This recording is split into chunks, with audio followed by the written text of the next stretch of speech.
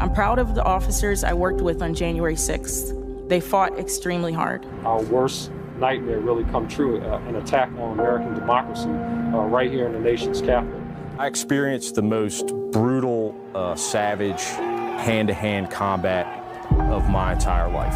I received chemical burns to my face that still have not healed to this day. I just remember people still swinging metal poles at us, and they were pushing and shoving. They were spraying us with, bear mace and pepper spray. They were all shouting at us, calling us traitors. It's been very difficult seeing elected officials and other individuals whitewash the events of that day or downplay what happened. As an American and as an Army veteran, it's sad to see us attacked by our fellow citizens.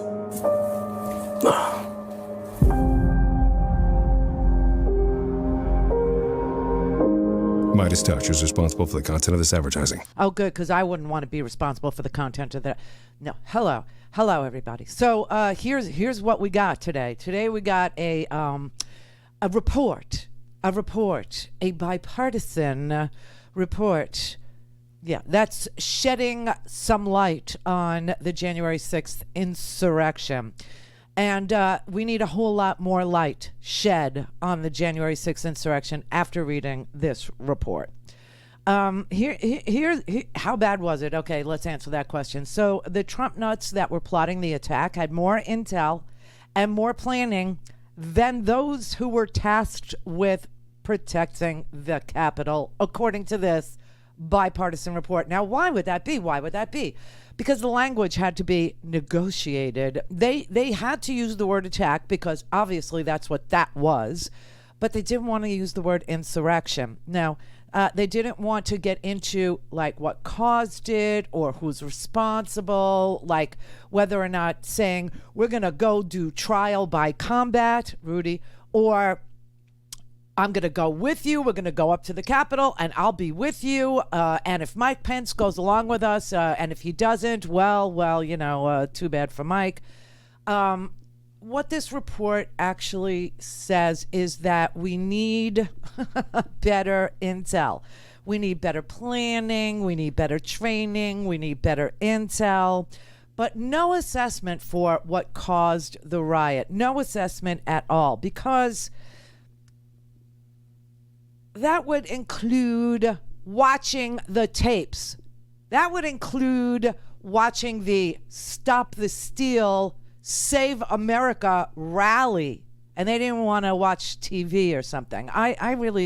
It's just, okay, so here's what we found out. We found out that, according to this report, Capitol Police were never told what was really about to happen, even though everybody, from Paul Gosar to Mo Brooks, to the intel agencies, to the commanders at Capitol Police, to the acting Secretary of Defense, they all knew what was going to happen. It never made it to the frontline guys. The information that they would need to protect themselves, the equipment that they would need to protect themselves, the intelligence that they would need to protect themselves was never delivered to the frontline guys, okay?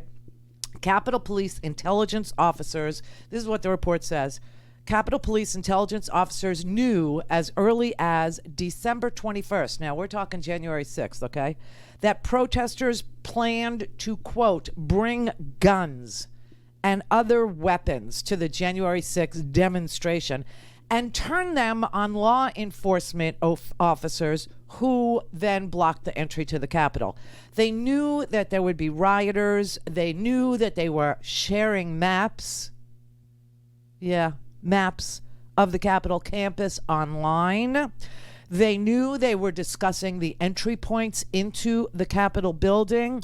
They knew that the Trump, insurrectionists, they knew that they were planning to seal off exits and trap lawmakers inside. But that information was only shared with command officers. A separate assessment was delivered on December 23rd, 2 days later.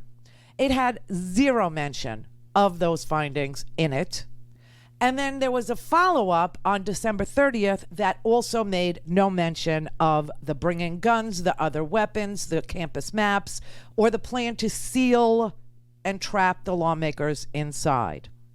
The only hint that Capitol Police got appeared to be that Norfolk memo. Do you remember that one that came from Norfolk, Virginia? I have to be careful when I say it because I have an accent. Yeah, that was the January 3rd that stated, quote, there is the possibility that the protesters may be inclined to become violent. May be inclined. These are Trump supporters. Violence is all they're good at. They're not good at anything else. I mean, they got access to the Capitol and then they got there and they didn't even know what to do. I'm just saying.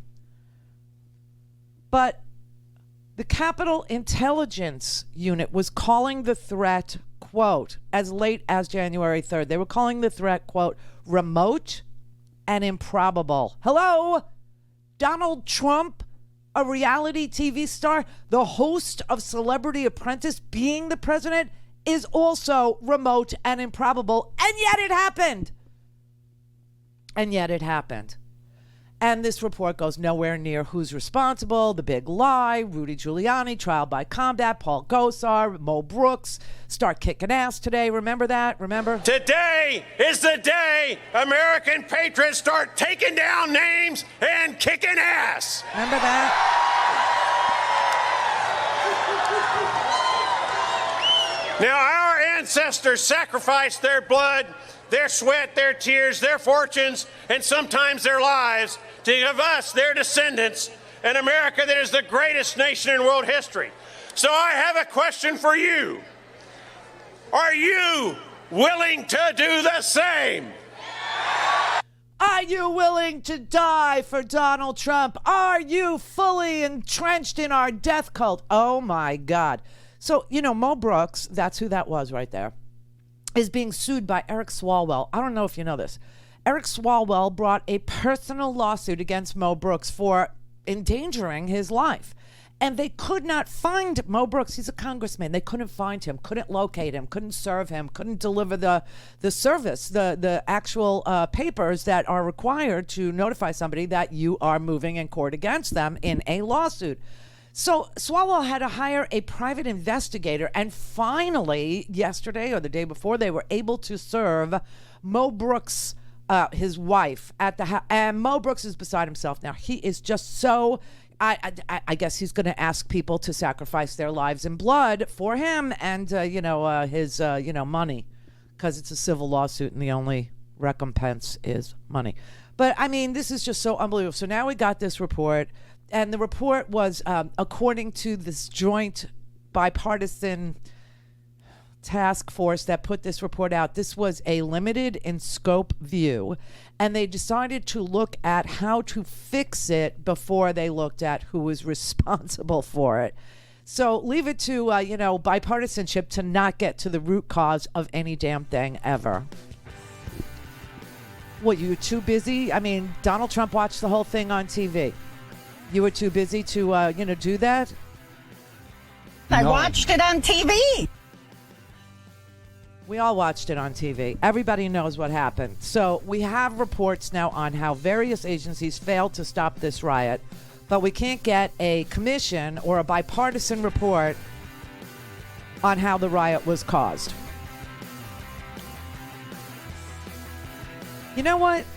Could we just make this general assumption? Nothing worked under Donald Trump. Nothing. Especially not when failure could benefit him. You understand that, right? Slow the mail down.